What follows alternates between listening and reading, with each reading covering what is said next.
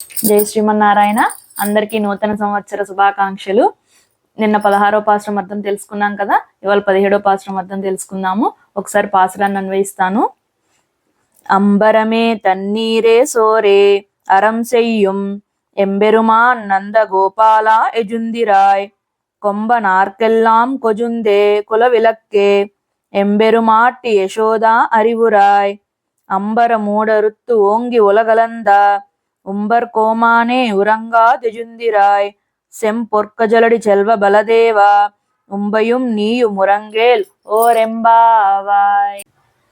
నిన్నటి పాసురంలో గోదాదేవి ద్వారపాలకుల యొక్క అనుమతి తీసుకొని లోపలికి ప్రవేశించారు కదండి. గోదా గోష్ఠి మొత్తం ప్రవేశించగానే ఒక మంచం మీద ఎలా పడుకొని ఉన్నారంటే, ఫస్ట్ నందగోపాలుడు, తర్వాత కృష్ణయ్య, తర్వాత యశోదమ్మ, దాని పక్కన బలరాముడు నిద్రిస్తున్నారంటండి. ఫస్ట్ నందగోపాలుణ్ణి నిద్రలేపుతుంది గోదాదేవి. ఎలా సంబోధిస్తుంది అంటే, వస్త్రము, నీరు, ఆహారాన్ని ధర్మబుద్ధితో ఉదారంగా దానం చేస్తావు కదా ఓ స్వామి, ఓ నందగోపాలుడా, మా యొక్క స్వామి నందగోపాలుడా మేల్కొనవయ్యా. ఎలా దానం ఇస్తాడంటే అంటండి, నందగోపాలుడు ఎవరైనా దానం వచ్చి అడిగితే ఉదారంగా మొత్తం దానం చేసేస్తాడంటండి. ఆ దానం తీసుకున్నవాడు కూడా వేరే వాళ్ళకి దానం ఇచ్చేంత దానం చేస్తాడంట ఆ నందగోపాలుడు.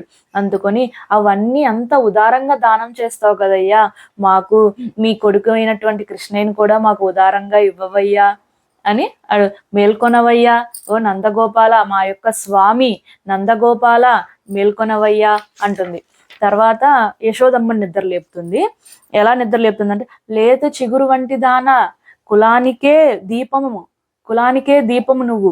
అక్కడ మా యొక్క స్వామి అంది కదండి, ఇక్కడ స్వామిని అంటుంది యశోదమ్మని. ఓ మా స్వామిని యశోదమ్మ నిద్రలేగవ్వమ్మ అని అంటుంది. లేత చిగురు వంటి దానా అని ఎందుకు అంటుందంటే, ఇక్కడ ఇప్పుడు ఏదన్నా ఒక మొక్కలో ఏదన్నా భాగం పాడైపోతే ఫస్ట్ చిగురే వాడిపోతుందంటండి.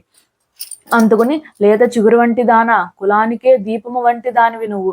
కులానికే దీపం అని ఎందుకందంటే, అటు భర్తకి ఇటు బిడ్డకి చక్కగా ఒదిగి ఉండేదంటండి. ఎవరికి ఏ కోపం రానికుండా అటు చక్కగా అటు భర్తకి ఇటు బిడ్డకి ఒదిగి ఉండేదంట.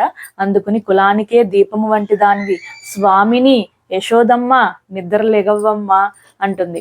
ఇప్పుడు స్వామిని మేల్కొలుపుతుందండి గోదాదేవి. నందగోపాలుని యశోదమ్మని మేల్కొల్పింది కదా, ఇప్పుడు ఆ స్వామిని నిద్రలేపుతుంది. ఎలా నిద్రలేపుతుందంటే, ఆకాశం మధ్య వరకు పేరించి పెరిగి ఆ లోకాలన్నిటినీ కొలిచినటువంటి ఓ నిత్య సూర్యులకి నాయకుడైనటువంటి ఓ స్వామి, నువ్వు నిద్రించవద్దు, మేల్కొనవయ్యా.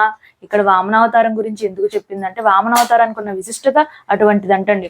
ఫస్ట్ 3వ పాసురంలో ఒకసారి చెప్పింది వామనావతారం గురించి, ఇప్పుడు 17వ పాసురంలో చెప్తుంది, మళ్ళీ ఇంకో పాసురంలో కూడా చెప్పింది నెక్స్ట్ వచ్చే పాసురాల్లో. వామనావతారంలో ఒక బ్రాహ్మణ్ రూపంలో వచ్చి రాజు దగ్గర యాచించి నాకు 3 అడుగులు కావాలని యాచించి తీసుకున్నాడంటండి. స్వామికి యాచించాల్సిన అవసరం లేదు కదండి, అలా యాచించాడని చెప్పి ఆ అవతారం యొక్క విశిష్టత అటువంటిది అంటండి. అది అలా పెరిగి అన్ని లోకాలని కొలిచేసావు, ఏ తారతమ్యం లేకుండా, చిన్నదా పెద్దదా అలా తారతమ్యం ఏమి లేకుండా కొలిచావు. మాకెందుకయ్యా వచ్చి దర్శనం ఇవ్వవు, మమ్మల్ని ఎందుకు అనుగ్రహించవు, తారతమ్యం లేకుండా మమ్మల్ని కూడా అనుగ్రహించు స్వామి అంటుందంట. అంటూ మళ్ళీ గుర్తొచ్చిందంట, అయ్యో బలరాముడిని నిద్ర లేపకుండా ముందు కృష్ణయ్యని నిద్ర లేపాను, కోపం వచ్చిందేమో స్వామికి, కృష్ణుడికి కోపం వచ్చిందేమో. ఎప్పుడు కృష్ణావతారంలో బలరాముడితోనే ఉంటాడంటండి కృష్ణ. ఏ పని చేసినా, ఏ చిలిపి పని చేసినా బలరాముడితో కూడే చేస్తాడంట. అందుకని అయ్యో బలరాముడిని నిద్ర లేపకుండా కృష్ణయ్యని లేపానని కోపం వచ్చిందేమో, అయితే ముందు బలరాముడిని నిద్ర లేపుదాము అని చెప్పి బలరాముడు అంటే ఎప్పుడు బంగారపు తీగతో చేసినటువంటి కడియాన్ని ధరించి ఉంటాడంటండి కాలికి.